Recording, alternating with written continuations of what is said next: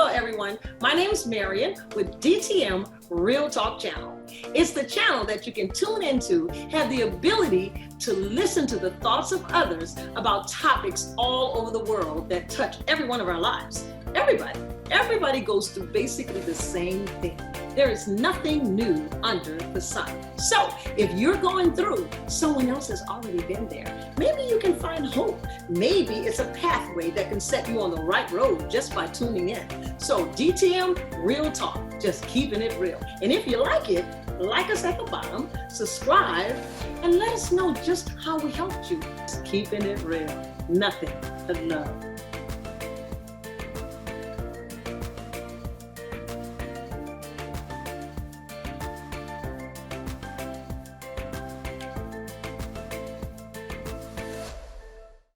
Good evening. This is DTM Real Talk, and we are back to finish my story. Last week, I shared with you, for those of you that missed it, I learned how to say the word. I had a cholecystectomy, which is gallbladder removal. That's easier for me. But anyway, for those of you that missed me last week, I was just sharing with the folks out there about the faithfulness of God. So go check the clip out. But tonight, I wanted to share with you another thing that God showed me while I was down for those 27 days. He really showed me the importance of being prepared. Preparation is important. It's really important. When I found myself in that hospital for 6 days, down 27 days, I was thinking all kinds of stuff about being prepared. And for those of you that don't know, I'm in that industry. Being prepared spiritually, yes, I am definitely prepared spiritually, meaning I have a relationship with God through Jesus Christ. The Bible says to confess with your mouth and believe in your heart that God had raised Jesus Christ from the dead, and you'll be saved. Simple as that. Confession, and then submission. So I'm okay there. I'm 100 there, y'all. The old people used to sing this song, "This joy that I have, the world can't take it. The world didn't give it to me, and the world can't take it away." So that's the kind of joy and confidence in Jesus that I have. And I am not ashamed of the gospel of Christ, for it is a power of God unto salvation to everyone that believeth, everyone, to the Jew first and also to the Greek. So now, being prepared on that side, I am. But on this side, most people are not prepared. And I'm actually in that industry, as I said, and I'll tell you a quick story, a little story. It's not quick at all, but it's a very important story. And I tell it everywhere I go when I'm helping people to become prepared for their last days.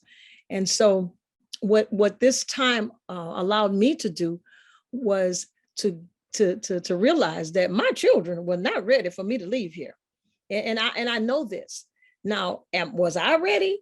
I was prepared, but I wasn't ready. But anyway, my children were not prepared at all, because a few of them thought I was going on in and it was cutting up back here. But it was all okay. And so I want to talk to you today about the importance of being prepared. And I'm not trying to sell you something, even though if you want it, I can get it for you. I'm trying to get you to be aware. I'm trying to bring awareness to you today. And I'll tell you a story. My mother, she was a genius. I told you about her last week because she was a servant. But I'm in the insurance industry and I have been for 22 years. And so my mom had every ailment in the book, from congestive heart failure to arthritis, diabetes, high blood pressure. She had it all. And guys, let me tell you, Hurricane Katrina was in 2005. My mom was 72, I believe. And she said, I need some insurance. I said, she had everything wrong. And I said, okay. And so I wrote her a policy. I wrote what's called, and if you want more information about what I'm talking about, you have to email me at DTM Real Talk, and I'll be glad to share it with you, but about the different products and things that I'm going to talk about today. But anyway, I said, okay. And I knew right off the bat that my mother wouldn't qualify for what's called an immediate death benefit, meaning if I were to write the policy and she died 3 months later or whatever, it wouldn't cover it. They would just pay what was put into the policy. So I knew that because she had all those ailments. So anyway, I found a company, which I'm a broker, so I write with several different companies, a company that had a 2-year contestability period. And simply what that means is that the person has to live for 2 years before the entire face value of the policy is covered. And so I found a company. It was United Home Life, as a matter of fact. And I wrote her a $25,000 policy. I'm telling you the details on purpose. I wrote her a $25,000 policy, and I prayed. And I said, God, I'm asking you in the name of Jesus to let her live at least 2 years, because she had all kinds of stuff going on. And sure enough, God let her live 11 years after that. And so when my mom passed away, which was 2019, February 8th, matter of fact, anniversary is a year, a few weeks ago.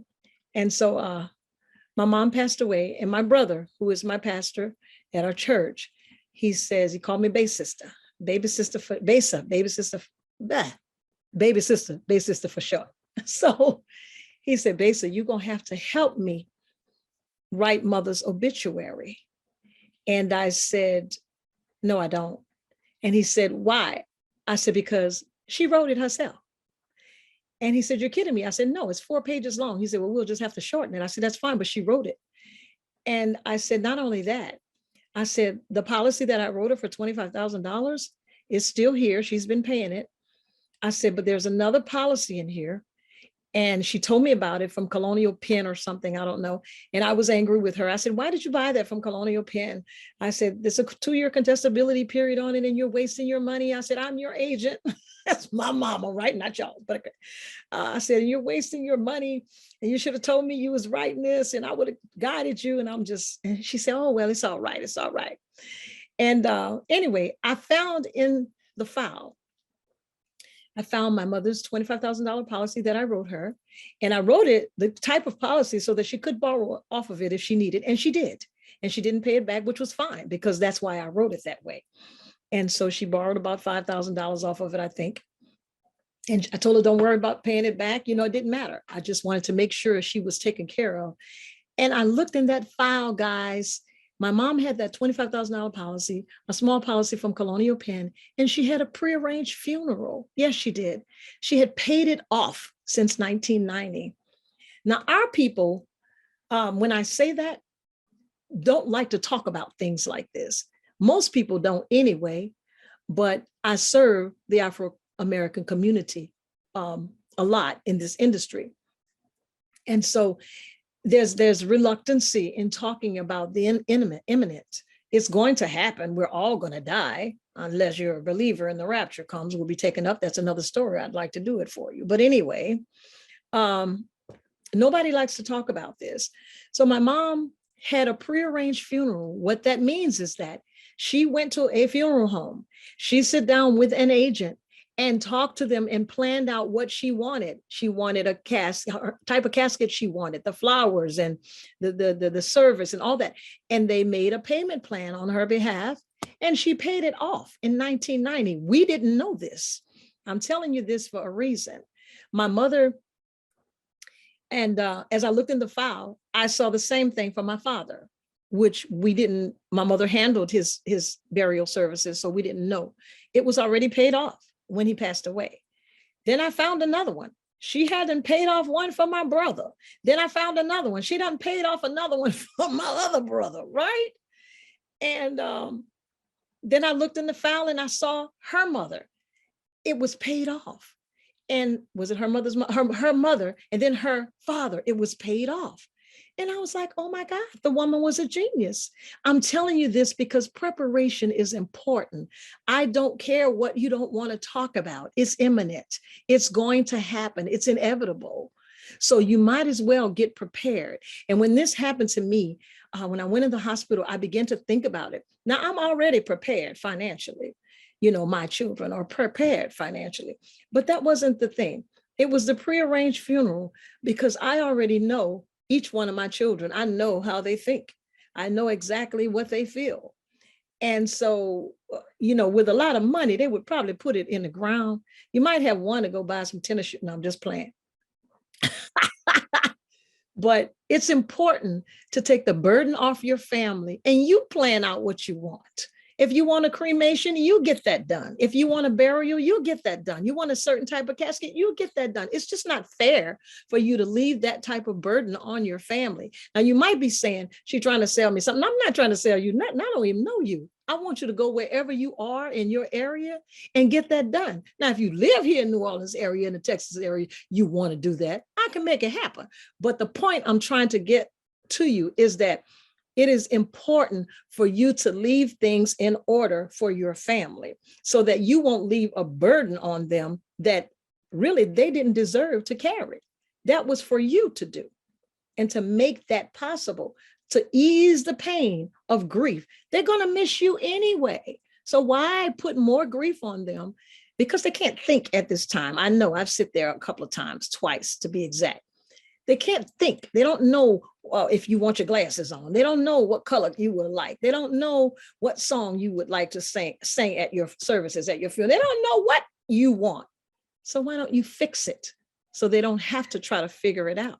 So I just wanted to talk to you guys about the importance of being prepared. God just laid it on my heart when I was laying up in that hospital. I said, now, Lord, I'm already prepared in that way. And so the other thing that he wanted me to do, God wanted me to do this, was to talk to my children. So I did. And when I came home, I talked to each one of them and I laid it out. I already have it written out. I already have a will. I already have who's assigned to my estate. I have all that done.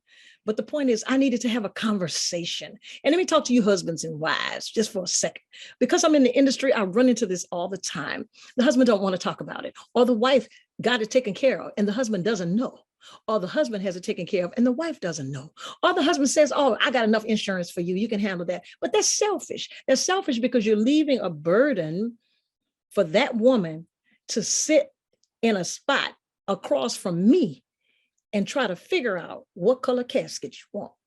And the sister or the brother of that individual is saying, no, he didn't like that, or she didn't like that. It's not fair.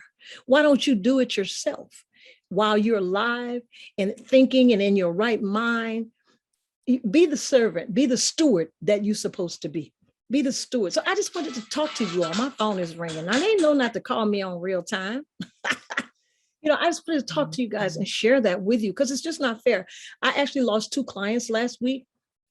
And I not only do prearranged funerals, I do all types of insurance, but I'm an educator. And I have people coming to me all the time talking about, oh, I have a term life insurance policy. That's another clip I would love to do for you.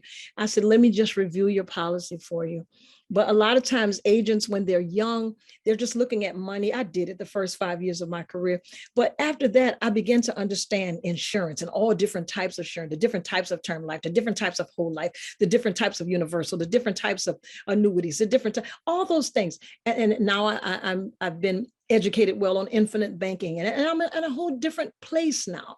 So I'm an educator. I would like to show you, review your policy, show you what you have and what you think you have that you don't, and you'll be amazed. Sometimes I leave out of homes of individuals and they are in buck wild tears because nobody told them that in a year or two, they're going to be paying $1,000 a month and they're 65 years old already. Nobody told them that this was a decreasing a term and my face value was 50,000 and now it's only 10. Nobody told them that. Nobody showed them that because they were thinking about money. But I'm thinking about your interests, where you are, what I want to leave you in a place that you were better than you came to me.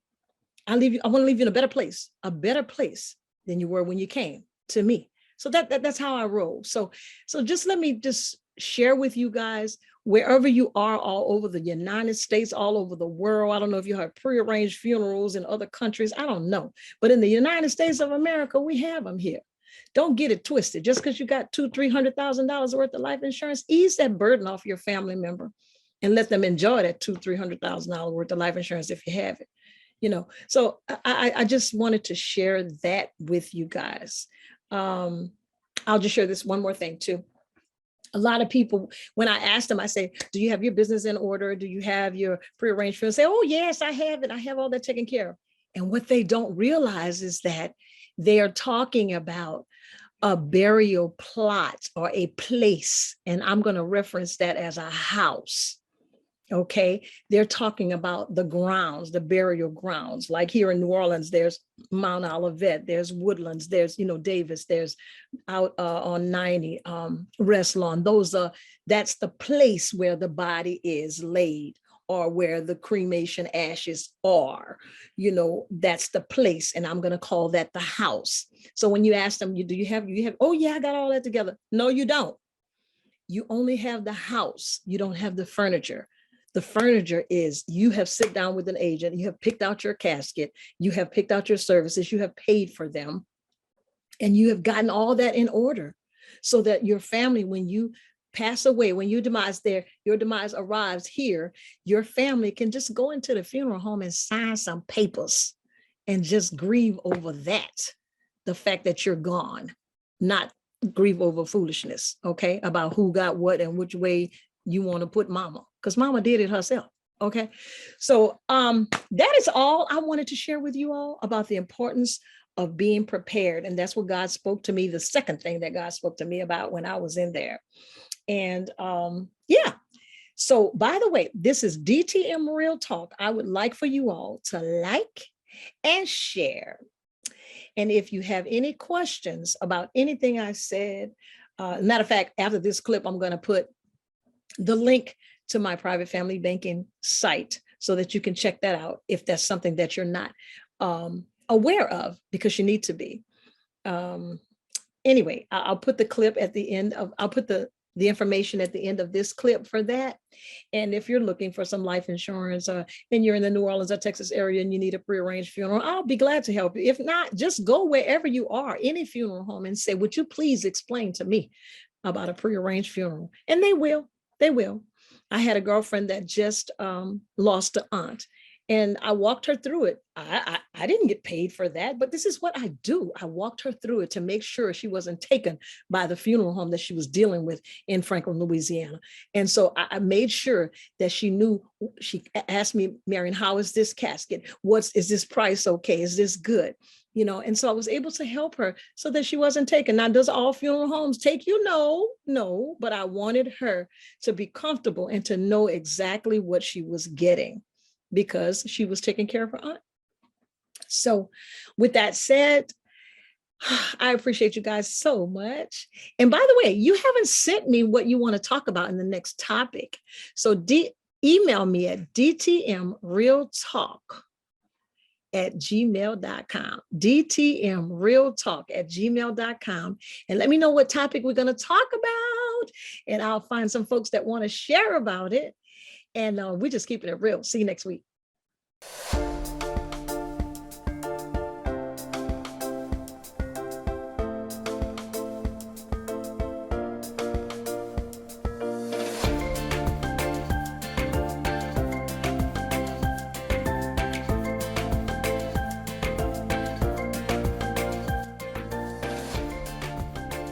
Thanks for watching DTM Real Talk. Be sure to join us for more conversation. And oh yeah, don't forget to hit that like button, share, and subscribe while you're there.